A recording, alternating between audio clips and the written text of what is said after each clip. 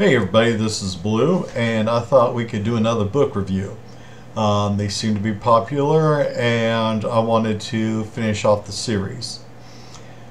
I think this is a great book. In my previous video, when we did Rolemaster Companion number 2, George Crichton, please tell me I'm pronouncing that right, he was saying that RMC2 was his favorite book out of the series. And RMC2 is an awesome book. I myself could not pick a favorite because I think RMC2 and RMC3 are awesome books. They are full of so much information, so much that you can add to your games. I would consider it a tie. But I love the book. This is something that I enjoyed having. Again, I think if you are going to be a game master, you should have this book, and it will help you a great deal. Like all other Rolemaster Series 2 books, these are out of print. You will have to go to like eBay or Amazon and buy used versions if you want the paper bound. You can go to RPG Drive-Thru and you can get the PDFs for roughly, I think it was $12, $9 to $12. I can't remember the exact price, but I always prefer to have the paper-bound version in hands because it just feels good having the books in your hands. So let's start her off. I love the artwork. Again, this is another, eye-catching piece of work that I think now it personifies the book. Because whenever you think RMC3, you're going to think about the wizard that had gotten surprised by the demon and all that. And I just love the artwork. Okay. So let's go into the actual. There we go. Yep. All right. Again, this has some wonderful artwork, inside and out.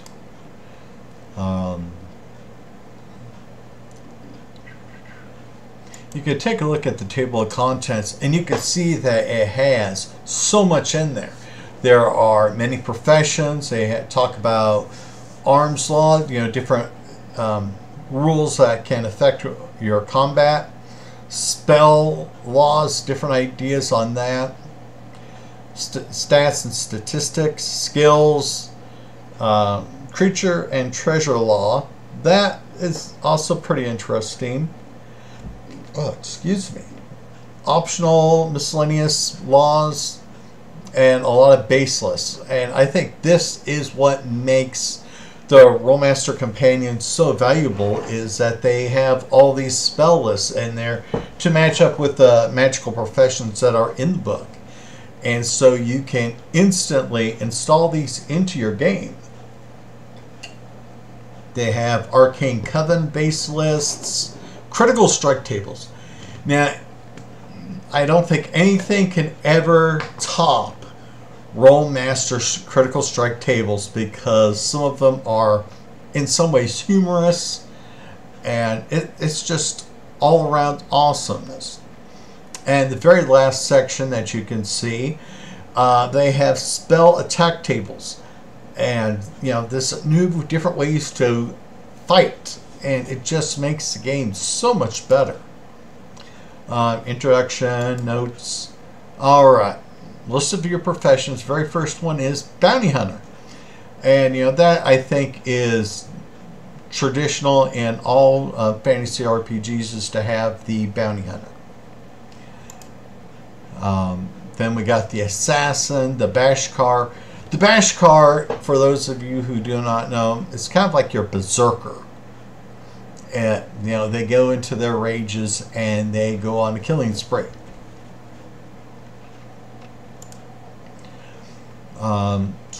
Yeah.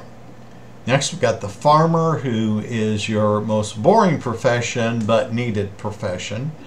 Most farmers, of course, aren't going to adventure out, but they got their bases covered there. Good gosh, tongue's tied today. But that's one of the great things about Iron Crown Enterprises and Rolemaster, is that they try to cover all the bases and try to create the most complete game possible. Next up is your duelist. This is your non-spell user that has this formal moral code and fights in a very highly structured manner, and so that adds a lot of style to the game. Next up, they got the craftsman. Now, personally, I like that profession. I do. In my game, I separate my professions into non-spell users, semi-spell users, and pure spell users. For me, it goes: crafters are your craftsmen are your semi-spell users, and master craftsmen are your pure spell users for the profession. That way you can show how they're connected, and you can then share some spell lists. It just makes, I think, the game better for me. Next profession is the cavalier, similar to the duelist, but they are more prompt in circumstance. And so I think they're a good profession to have as well. The gypsy. Now, this one always gets some people upset because, you got to have your trigger warnings and safe space, and gypsies, they say, are connected to the Rami. And that. So I renamed the gypsy as the wanderer because, they are semi-nomadic and they go from village to village, taking advantage of what they can to eke a living. They do divination dances and all that. Next up is the sailor. In my game, they're called seamen. Ha ha ha. Next up is your warrior. And, that's your typical fighter. Nothing too exciting, but I think, it's the staple of most fantasy role-playing. The crafter, again, now this is their semi-magic user that crafts many things with using magic to create general stuff and can make some magical items as well. Chaotic Lord. Now, the Chaotic Lord here is somebody that uses drums of arms and channeling, who specializes in the manipulation of chaos. Chaos really isn't an energy or anything like that. It's about change, how things constantly metamorphosis into something else. It's a nice concept, but it's just weird to me. They got some awesome spell laws because, dark law, dark lore, and dark contacts, and dark summons, darkness, dark channels. Oh yeah. So this is somebody that, this is meant to be an evil, dark profession. And even worse, it's right next to it, the macabre. This is somebody that is also a semi-spell user and manipulates people on sickness and death. So, and even they, in their description, they say the macabre must be evil, and thus are usually NPCs or encounters. I don't do that in my game. I believe that there are good uses for bad professions. So you could have a macabre PC and they could be using their magic against evil, like tyrants and all that, making their group ill so that the heroes can fight them easier. But that's how I play. The Monte Blanc is your magical thief. They use their magic for infiltration and escaping.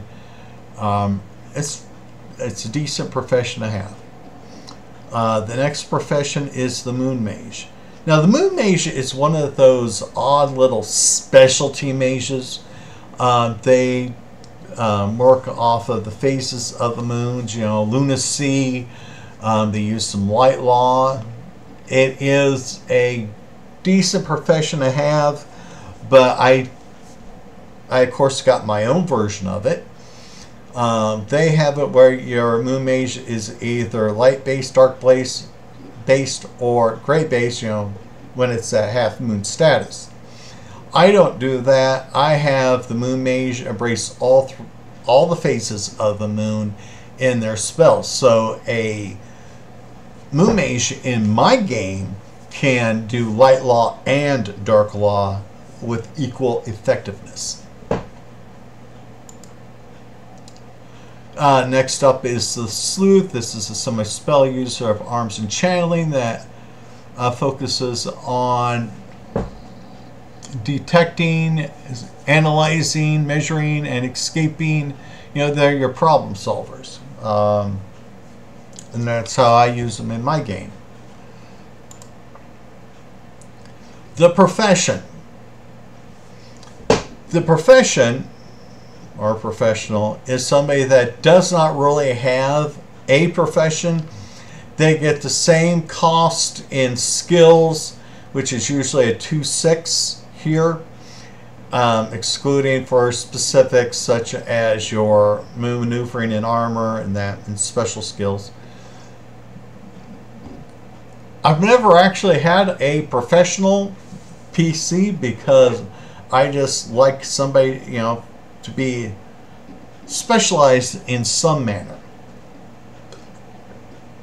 Next up, the Crystal Mage is a hybrid spell user of essence and channeling, the ability to manipulate the deep earth elementals, and mastery of diamonds makes the Crystal Mage well suited for volcanic areas.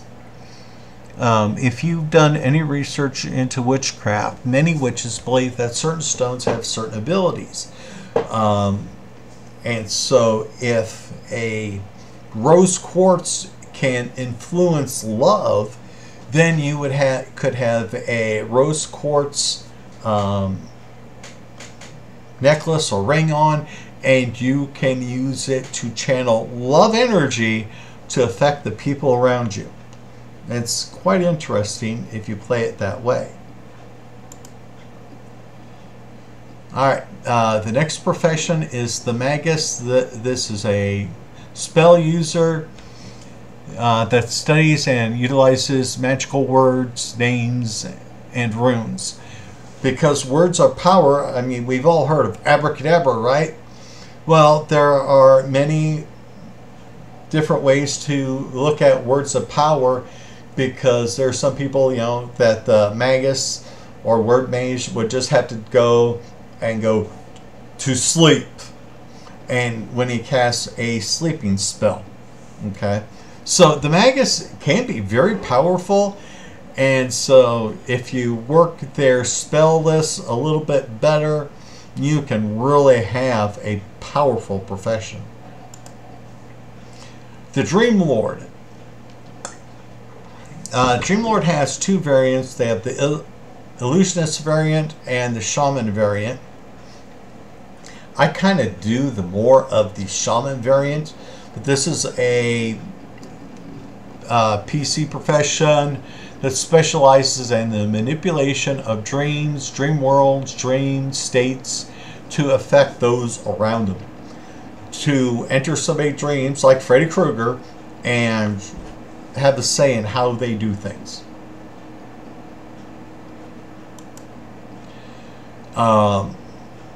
Optional laws, simplified initiative. There are many different ways to do initiative. For me, one of my stats is quickness, and I do a 2d10, which 1 to 100 roll. So you take your 2d10 roll plus your quickness modifier, and that is your initiative. And then everybody does a dice roll, and then you put it in order. So, you know, if somebody rolled a 99 and they have a quickness bonus of 5, that's 104, they more than likely are going to go first. Surprise, always interesting, you know, how it affects, you know, your initiative and how it can change combat. Self-reloading weapons, I don't do that in my game because I think that's just a little bit beyond when you're having a self-reloading crossbow. New weapons, if I remember right, this one is all more about the Asian Oriental weapons, but it is a nice thing, you know, where you get to add more options. Oops. There we go. They have a super fast combat system. In most RPG systems, especially D&D, I hear a lot of people complaining about how slow combat can be. A lot of that is about your players are not organized, and maybe there's too many people talking, but here is a way where they believe that they can speed up combat, which is nice. And they got the whole table there for you to use. Boy, do they got a lot of tables. But the advantage of this system is that you can get this on 1 to 2 pages. I believe it's 2 pages. And so instead of having your arms law and all the other little books out, you can have 2 pages right on beside you and just constantly just glance over, and you can go through combat a lot faster. That makes this book very good to have. There we go. These are some of the spell laws. You know, we were talking about words of power. Well, great commands. This is a great thing to have. Spirit runes. You know, it goes with the profession.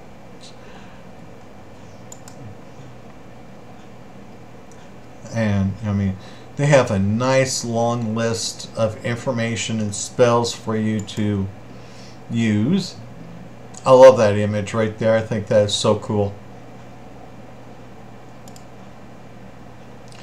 Magic rituals. Now, most of the time in my game, I do instantaneous magic, you know, where 1 to 2 rounds is all it takes to cast a spell. And it's more reliant on that one person. I love ritual magic as well, because then you can have a spell web, which is a collection of spell users working together, and they could really rack up the power of a spell. And here's a continuation of that, and you can see, just like good old Rolemaster, there's a chart for you to use.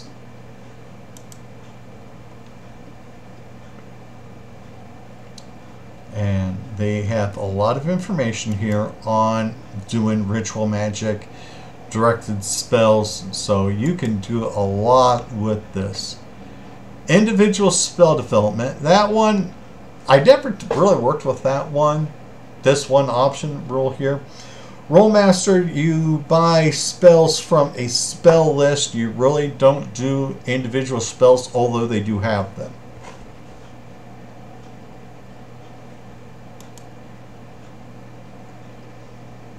And stat generation, this is more about your PC development. This is something I never used. This innate stat abilities, this is also going into those times where you have an extremely high roll. For those of you that do D&D and clones, you wouldn't understand this, I believe.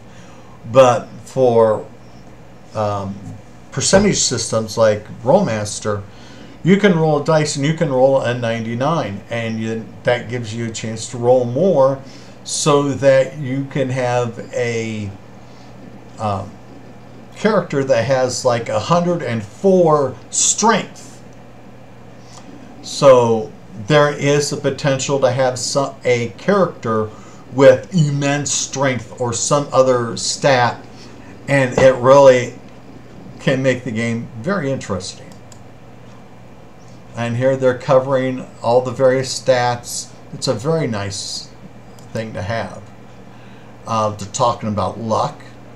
Luck in the game. Some GMs, they give you the luck skill or luck stat, in which there are times where you can do like a luck roll and you can find out if this one thing that was going to be considered absurd for you is all of a sudden more of a difficult maneuver to do.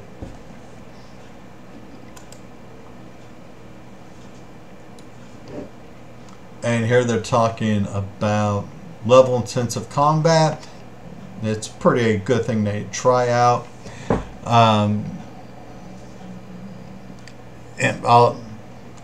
It's just I'm not going to explain that part.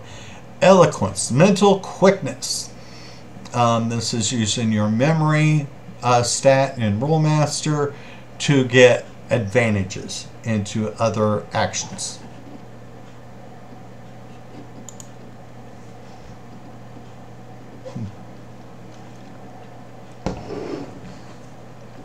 Okay, optional creatures and treasures law. This is a lot about treasures where you can find like arcane, magical items. They actually have a nice list of some items in here that you could put into your game. And you know, if you want to do some more magical items as rewards for your players and their PCs, here's options. Some of these can be very powerful because they got them rated, you know, from potential to artifacts, and it is pretty awesome. Repulsions, I think if you're going to be dealing with undead in that, repulsions is something to check out. Monster mashing, that is a way to create new monsters by combining. It's pretty cool. Arcane societies. This is a set of rules and law that you can have in your game to create like secret organizations, your guilds and all that, and which could add to a lot to the story of your game. And nice saying again, like Rolemaster always does, they give a lot of stats, a lot of options, social standings in a game, because if you're like being a paladin, a cavalier, and that, your social status is important, and so this is nice.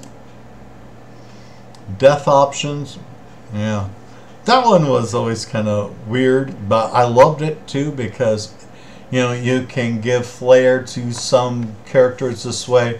It's also a great way to remind some players, you know, to, you know, stop doing something that they're doing because all of a sudden their PC fell down a flight of steps, bumped their head, and now they got brain damage. And you can go and say, oh, no, roll the dice and, you know, add 10 to it to make sure that they got severe brain damage. I mean, you can even go to like what they say here. Brain destroyed, a major above but loss of automatically 99 to 100%. Can't read it, that's too small for me right here. But, you know, you can really do some major brain damage to a person and affect their stats. You can, you know, make them, their memory go from what might have been like an 80 stat to like a 40. And that's going to affect their development points and everything. So some of these can be very disruptive of a game, but it's nice to have. The use of languages. Some people are very strict on that. Some of us, you know, just say, everybody knows 2 or 3 languages and generally can talk to each other. It's just depends on how strict you want to run your game. And now we're getting into spell lists. the Mont Blanc. There's your Mystic Escapes, Disguise Mastery, you know, Appraisals. Like, these are perfect because this is a thief.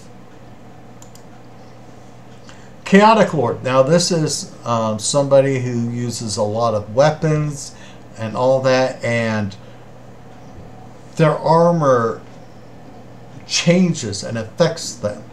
So, chaotic weapons, you know, you can see how that, you know, affects how well they attack. You know, it gives them advantages in their attacks. Chaotic armor, that is a nightmare to deal with.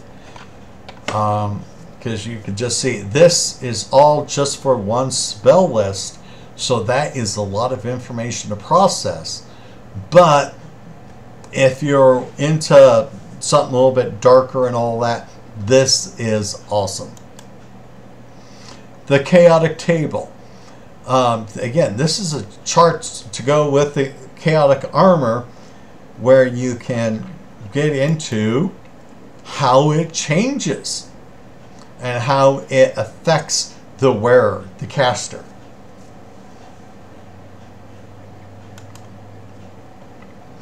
And again, this is still all about the armor and how it changes the body. Alright, the Moon Mage. This is Moon Madness. This is about, you know, you've heard of lunacy. Well, it's because of lunar. And so this spell can affect people by giving them mood swings. Moon Mastery.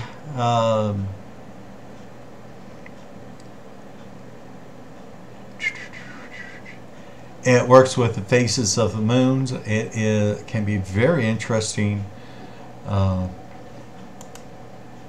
Metamorphosis. Again, the moon magic is about change. And so with this spell list, Metamorphosis, you can put change onto people in many different ways. So, oops, there we go. Noble Warrior. So this is a spell user who uses magic to assist in its defenses, movements, attacks, and they honor a lord or lady instead of a deity. They can change their weapons with noble weapons. And then there's your sleuth, you know, your detective type person, where analysis and sleuth senses so that they can detect something. So like they got a detect poison, detect disguise. You know, these would be great professions to have if you're afraid of having somebody you know be killed by an assassin, because this would counter the assassin or Nightblade. Escaping ways, time sense, these would be important spells to have for your sleuth. And there we go. For the Magus, the word mage. Words, power words. You know, you can make somebody, you can shield yourself. These are the spells around here. Okay. Runes and symbols. Signs of power. Linguistics. So that with linguistics, you actually learn another language. So with this spell, you can understand somebody that is not from your area, and so that could be quite useful. Command words. This is like I was mentioning before, where you can tell people to be calm. You can confuse them. Dream, emote. They're put doubt in somebody's head. And so those can be very well used in your game. Spirit runes. This is about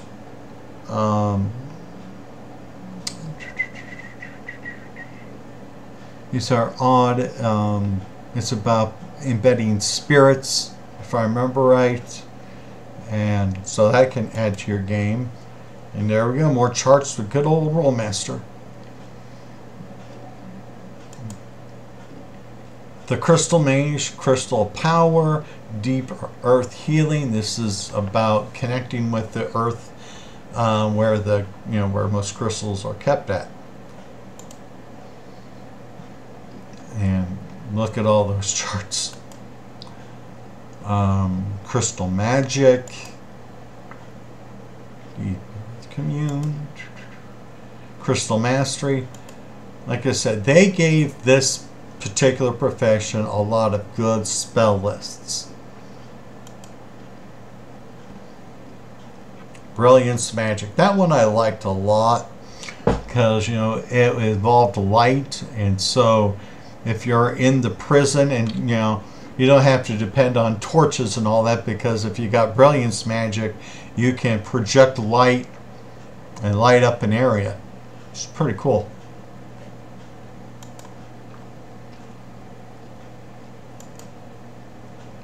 Dream Lords, Dream Guard. This is so that nobody can enter your dream world. Dream Law. This is about entering other people's dreams. Dream Lore. Start gathering the information and traveling into other people's dreams. Dream State. And if I remember right, that is about getting into a sleep and entering into a dream world. Way of the Navigator. This is about using magic to travel from one point to another.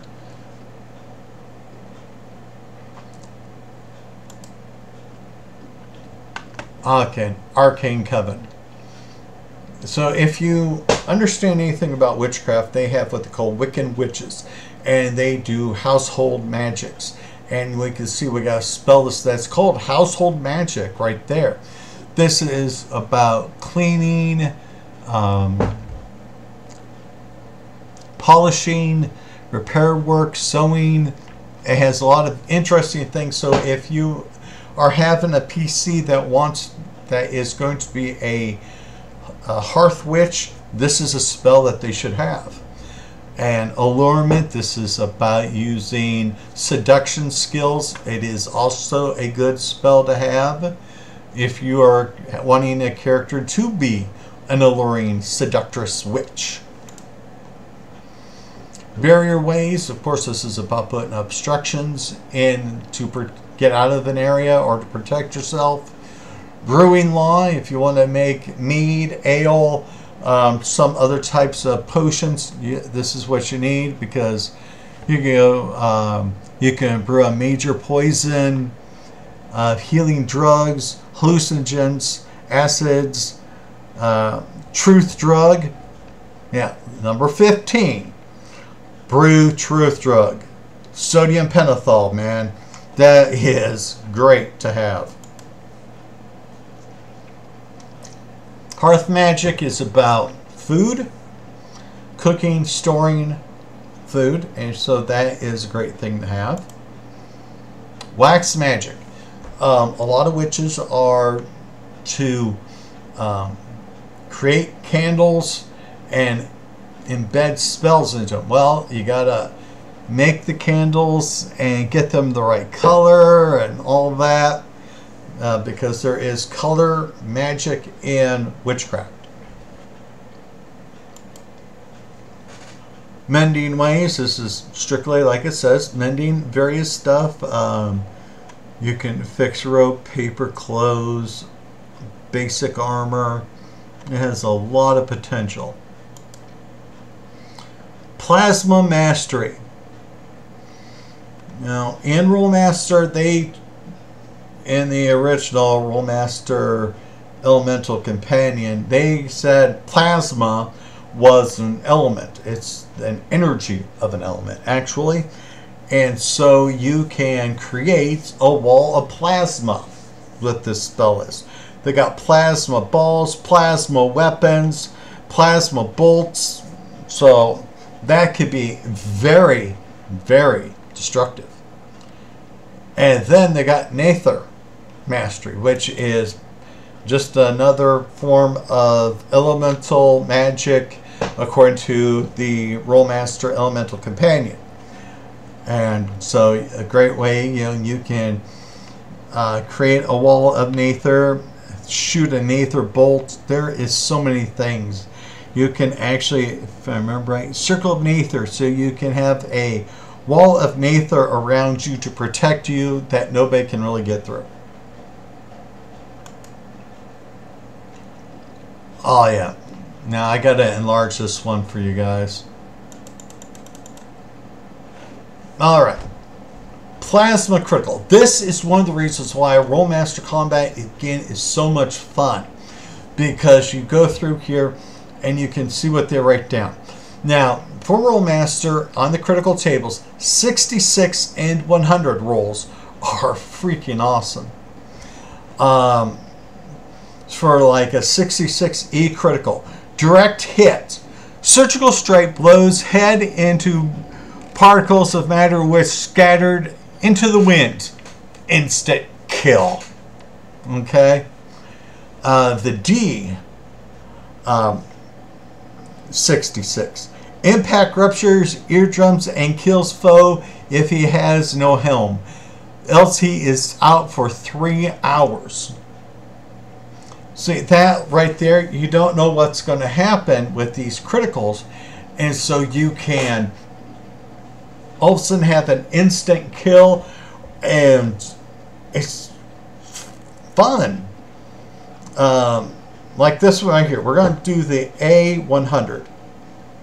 Head strike. If foe has helm, he is knocked out. If not, he dies in 3 rounds due to shock and fractures, plus 30 hits.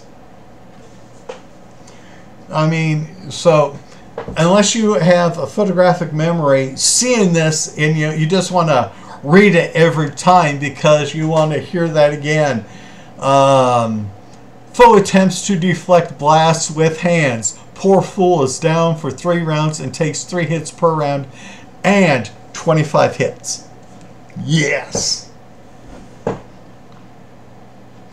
They have the acid critical table. So, if you want to play with acid, let's say you have an acid law, and they do actually have that spell list in Rolemaster, you can cast an acid bolt at your opponent, and we'll do the E66 right here. Head strike. If foe has helm, it is destroyed and foe is in a coma for 2 months. If not, foe's brain liquefies and he dies. Plus 10 to your next roll. So that actually, you did so good, you feel so awesome, your next attack is going to have a little extra zing to it. And that's awesome. E100. All that remains of your foe is a puddle of flesh. Plus 20 to your next roll. Yeah. I mean, that's why, I enjoy it doing combat because, man, you just want to see, oh, do I do extra good? Oh, cool. Yes, I get excited. Physical alteration attack critical chart. And we'll do the E100 because that's always the fun one. Head strike plus 100 change to foe's eyes roll into the back of his head. Foe awakens after 9 rounds and needs to reorientate. Plus 20 hits. Okay, I mean, that's interesting. Depression. Now some of these, like they're saying here, you get the big 0. Or you stun for 1 round. Well, at least you got him stunned, right? Let's do the A100. Suicidal depression. Permanent. 10% chance a day of a suicidal action. That's, wow. Then the C100. severe depression, too much for foe to handle, coma, or of course the worst of them all, the E100. Foe whimpers once as he falls to the floor, death. Stress criticals. You know, sometimes you gotta roll the 1, the opposite, and this is one of those weird ones. So a 1 to 5 E100 plus 110 hits. You are at negative 100 to all actions and die in 12 rounds. Negative 70 to temporary constitution stat, negative 20 to potential constitution stat. So I mean, this is, you screwed up so bad, it's affecting you. Shock critical, again, this is, we'll just do the 100 on this. Foe's eyes glaze as he launches himself 10 feet backwards. Death. Disruption, this is always a good one here. E100, foe's body is ripped apart by cruel disrupting blast. He is no more. Good work. And then these are the tables. One more. That you determined your attacks with. And for those of you who don't know, Rolemaster uses a 20 system armor class. 1 is no armor. So basically it's like you're in t-shirt and shorts. Okay. 1 through 4 is no armor. 5 through 6 is soft leather. I'm sorry, 5 through 8 is soft leather. 9 through 12 is rigid leather. 13 through 16 is chainmail. And 17 through 20 is plate mail. So, you know, that's how they determine combat, and that's all of it. For those of you that have played the Rolemaster system and have had these books, could you tell me which one you thought was better?